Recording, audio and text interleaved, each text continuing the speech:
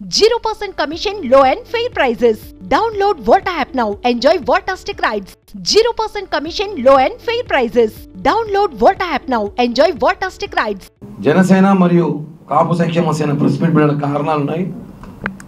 మనం చూసుంటాం, పెద్దలు, మా కుల పెద్ద ఒక ఆయన ఉంటాడు, లేఖల వీరుడు ఆయన పేరు.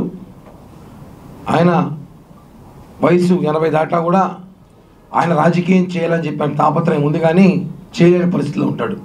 లేఖలు మాత్రం రాస్తూ అందరికీ గొడవలు పెట్టడానికి ప్రయత్నిస్తాడేమో అని చెప్పి అనుమానంగా ఉంది.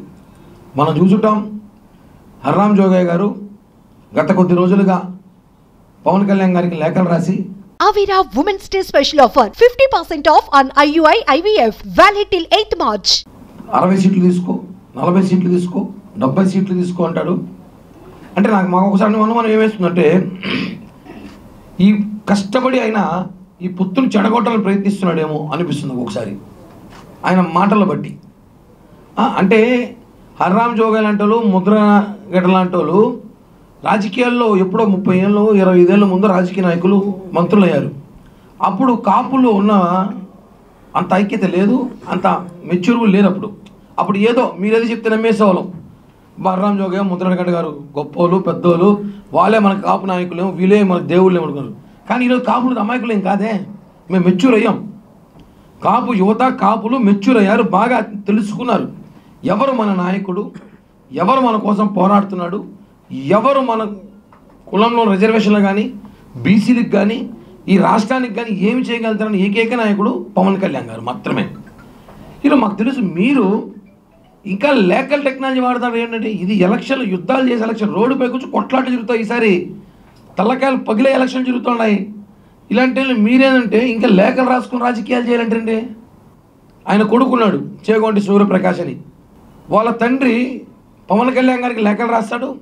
నా మాట పవన్ కళ్యాణ్ గారు వినలేదంటాడు, నా మాట పవన్ కళ్యాణ్ గారు వినాలంటాడు. నీ కన్న కొడుకు నీ మాట వినలేదు, నీ కన్న కొడుకు నీ మాట వినలేదు. నీ కొడుకు ఈరోజు పోయి వైఎస్ఆర్ కాంగ్రెస్ పార్టీలో చేరినాడు.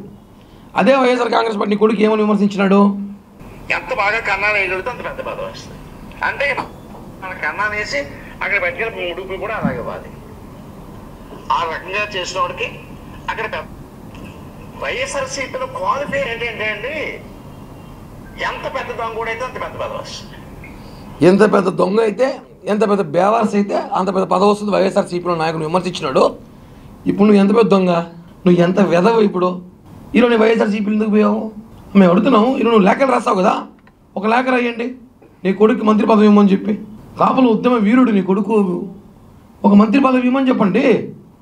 లేదా రేపు కర్మగాలో దరిద్రము, ప్రజలు దరిద్రము, కర్మగాలో ప్రజలు దురదృష్టము, మళ్ళీ జగన్ వచ్చాడు అనుకోండి, వచ్చాడు అనుకోండి, పవర్ షేరింగ్ అడుగుతారా? పవర్ షేరింగ్ 2.5 సంవత్సరాలు కాపులకి ఇమ్మని చెప్పి లేఖ రాస్తారా? అంత ధైర్యం ఉందా? 40 మంది ఎమ్మెల్యేలు ఇమ్మని చెప్పి జగన్మోహన్ రెడ్డి లేఖ రాయగలుగుతావా? అంత ధైర్యం ఉందా? ఈ ఇద్దరు నాయకులు ఉంటున్నాం, కేవలం పవన్ కళ్యాణ్ గారి మీద మాత్రం మీ ప్రతాపమా? చెడపొకరా చెడేకు. చిన్నప్పుడు సామెత గుర్తొచ్చేది మాకు, నంటకాయల స్టోరీ మా నాన్న వాళ్ళు చెప్పేవాళ్ళు. ఆ నంటకాయల స్టోరీ మీరు నిజం చేస్తామరా? అసలు ఆ స్టోరీలు నిజం చేస్తారు మీరు. ఈరోజు మనలో ఎదగనీయకుండా పవన్ కళ్యాణ్ గారికి తెలుసు ఈ రాష్ట్రం ఎటువంటి పరిస్థితుల్లో ఉన్నాయి, ఎన్ని సీట్లు తీసుకోవాలి, ఎక్కడ పోటీ చేయాలి, ఎవరిని గెలిపించాలి, ఏం చేయాలి, అన్నీ తెలుసు. మీరు ఈ సమయంలో ఆయన పక్కన నిలబడాలి, కానీ కూటమి చెడగొట్టేలాగా 50 సీట్లు తీసుకో, ఈయన అభ్యర్థులు ప్రకటించేస్తారు లెటర్ ఇచ్చి.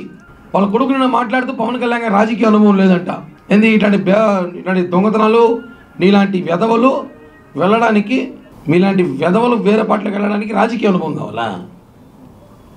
ఈరోజు ఏం ప్యాకేజ్ ఇచ్చారని చెప్పి నువ్వు పోయినా ఒకడికి. పవన్ కళ్యాణ్ గారు మనుషులు పట్టించుకోరంట.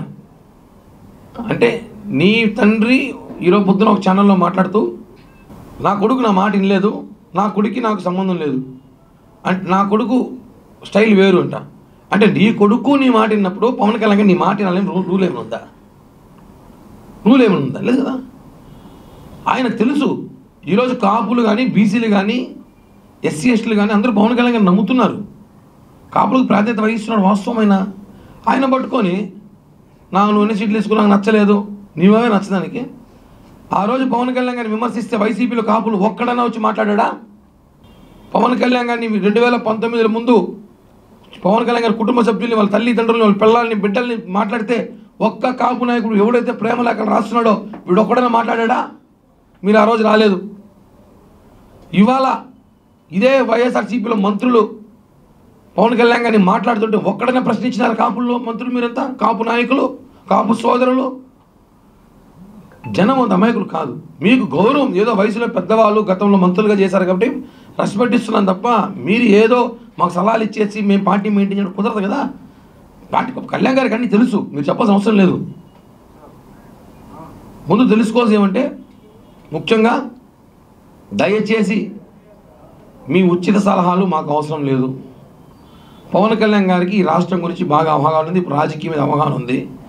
మీ ప్రేమ లేఖలు మడిచి మీ దగ్గర పెట్టుకోండి, మాకు అవసరం లేదు.